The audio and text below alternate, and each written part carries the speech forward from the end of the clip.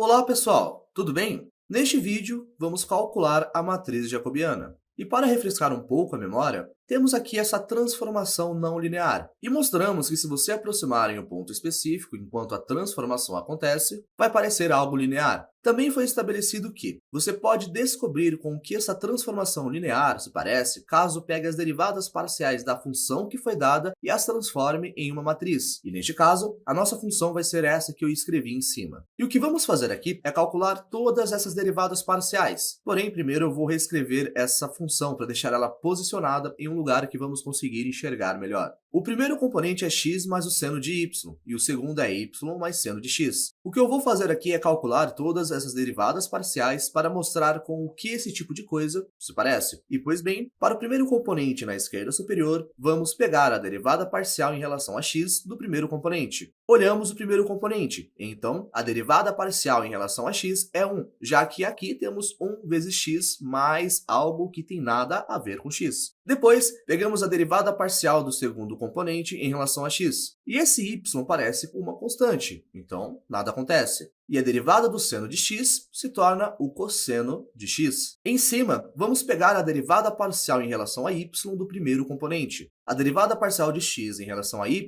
é zero, e a derivada parcial do seno de y em relação a y é o cosseno de y.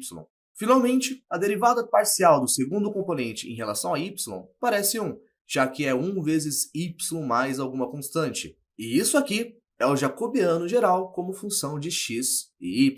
Porém, se queremos entender o que acontece ao redor desse ponto em que iniciamos, o 2 negativo e 1, nós levamos eles para cada um desses valores. E para lembrar, iremos pegar o nosso ponto específico, o 2 negativo e 1, e colocar numa matriz como uma função de matriz com valor. Primeiro, se torna 1, e depois temos o cosseno, mas iremos estar substituindo para 2 negativo no x, ou seja, cosseno de 2 negativo. E caso tenha curiosidade, isso é aproximadamente 0,42 negativo. Na direita superior, temos, novamente, o cosseno, mas agora iremos substituir o valor de y, no qual é 1, e o cosseno de 1 é aproximadamente 0,54. Depois, na direita inferior, temos mais uma constante, 1.